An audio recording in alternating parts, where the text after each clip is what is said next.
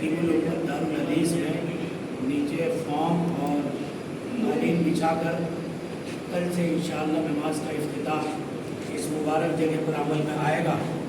और 4 मकासद के लिए इस हॉल को बनाया गया है। नंबर 1, दारुल हदीस, ताकि जनाब रसूलुल्लाह सल्लल्लाहु अलैहि वसल्लम के मुबारक अक़वाल और अहादीस रसूलुल्लाह सल्लल्लाहु अलैहि वसल्लम का दर्स और बुखारी शरीफ यहाँ पढ़ाई जाए।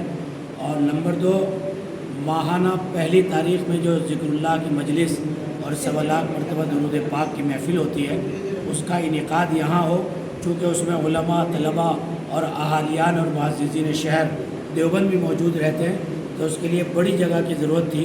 चूँकि जो छोटी जगह है हमारी हॉल, हज़रत शेखुल हिंद हॉल, वो बहुत छोटा पड़ने लगा।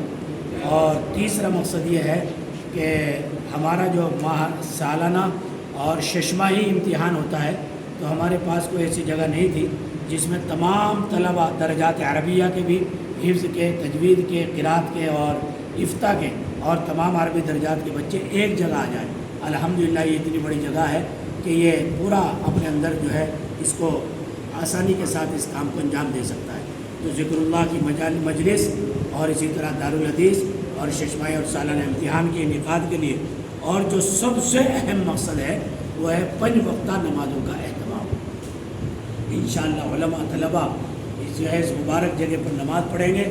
मैं दिल से दुआ करता हूँ कि अल्लाह तबारक व तआला जिन हज़रात ने भी जिस हैसियत से इसमें ताउन फरमाया, चाहे पंखों की लाइन से हो और इसकी तामीर की लाइन से हो, चाहे इसके इलेक्ट्रॉनिक और सफाई और यहाँ की कालीन की लाइन से हो, अल्लाह तबारक व तआला सबको अपनी शान निशान बदला अता फरमाए और सबके लिए सदक़े जारिया बनाए।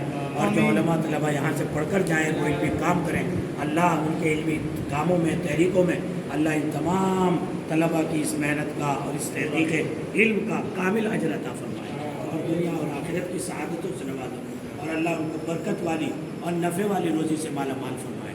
जज़ाकुमुल्लाहु खैरा।